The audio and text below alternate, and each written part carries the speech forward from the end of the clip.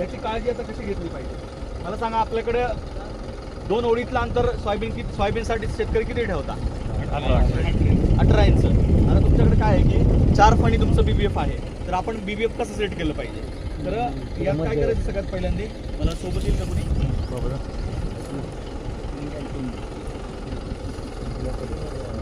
म्हणजे काय होतं की आता BBF नवीन असं तर काही अडचण नाहीये. BBF जुनं झालं म्हणजे तुम्ही खरीपमध्ये पेरणी केली, रबीमध्ये पेरणी केली, तर ते पूर्ण हालतं आणि इकडे इकडे होऊन जातं ते. तर त्यासाठी आपल्याला थोडीशी सेटिंग करायची. सेटिंग काय करायची सांगतो तुम्हाला. तिथं पकडा तर सेंटर घेतो. हे तुमचं काय येते? 90 येते. 90 म्हणजे तुमचं सेंटर काय येईल? 45. बरोबर 45 जिथं कुठे येते ना, तिथं तुमचा हा जो मधला फाळ आहे तो तुमचा 45 वर बसवायचा. बरोबर आहे. 45 वर तुम्ही बसवला तर मग 45 ला 18 इंच पलीकडे, 45 18 इंच इकडे. किती फणं झाले तुमचे? 3 सेट झाले. ठीक आहे. आणि त्यानंतर एक चौथा तुम्हाला ते जागा कुठं जास्त राहते ते करून तुम्हाला काय करायचंय, अजून 18 इंचावर अजून एक फाळ बसवायचा. हा 4 फणी झालं. 5 फणी झालं तर तुम्ही असंच करू शकता. म्हणजे डिवायडेड बाय तुमचं हे करायचं. जेवढे फणं आहेत समजा 5 फणी आहे, जेवढं अंतर आहे त्याला 5 ने डिवाइड करायचं. जेवढं काही स्पेस येतोय तेवढं तुम्ही सेट करायचं. ठीक आहे. आणि हे फाळ पण आता सगळ्यात महत्त्वाचं म्हणजे काय, याची सेटिंग.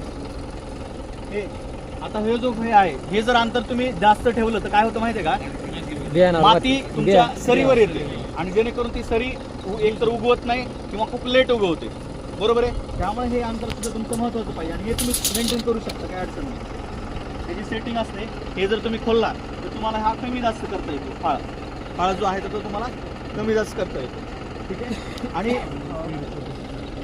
नेताजी कॅलिब्रेशन माहिती आहे का सगळ्यांना? कॅलिब्रेशन म्हणजे काय? म्हणजे पेरणीसाठी कॅलिब्रेशन ही टर्म तुम्ही वापरली आहे का?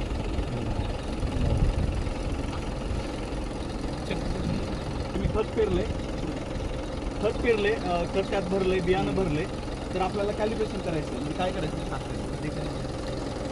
तर आपल्याला त्यातून बियाणं आणि खत पडतंय का नाही हे आपल्याला बघायचं. मग ते कसं बघायचं की पेरणी म्हणजे शेतात तुम्ही हे करण्याच्या अगोदर तुम्ही बघितलं तर यातून खत पडते, यातून बियाणं पडते,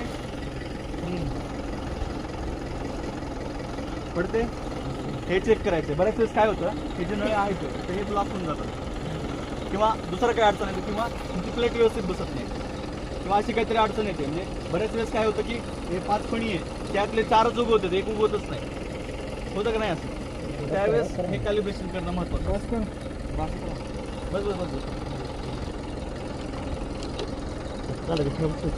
हे जर तुम्ही पाहिलं त्या चकत्या आहेत BBFच्या. यात हा पिकानुसार तुम्ही BBFनी तिळापासून तर तुम्ही हरभऱ्यापर्यंत कोणतंही पीक करू शकता. पण तुम्हाला सगळ्यात महत्त्वाचं काय असतंय, तुम्हाला प्लेट कोणती वापरायची. आता सोयाबीनमध्ये सुद्धा तुम्ही 3 ते 4 प्लेट वापरू शकता. बरोबर आहे. कसा तुम्हाला एकतरी दर काय, बियाणाचं दर काय ठेवायचं त्याच्यावर तुम्हाला ठरतं की कोणतीही तुम्हाला प्लेट वापरायची. बरोबर आहे. ग्रेन साईज असेल तुमची तरी बरेच शेतकरी काय करतात की 992 पेरतात, तर त्यासाठी 30 प्लेट वापरतात. 30 प्लेट म्हणजे काय की तुमचं एकतरी 28-30 किलो बियाणं पडतं. आता तुम्ही जर 22 प्लेट वापरली तर 22-24 किलो बियाणं पडतं.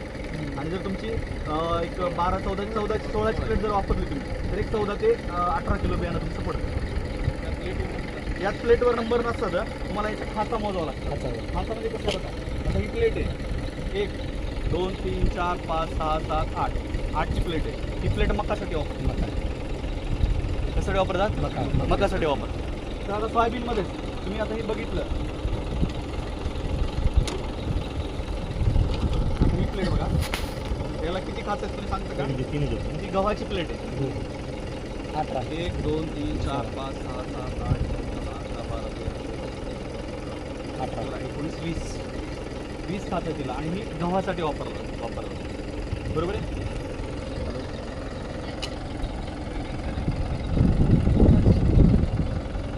तुम्हाला ते डिपेंड आहे.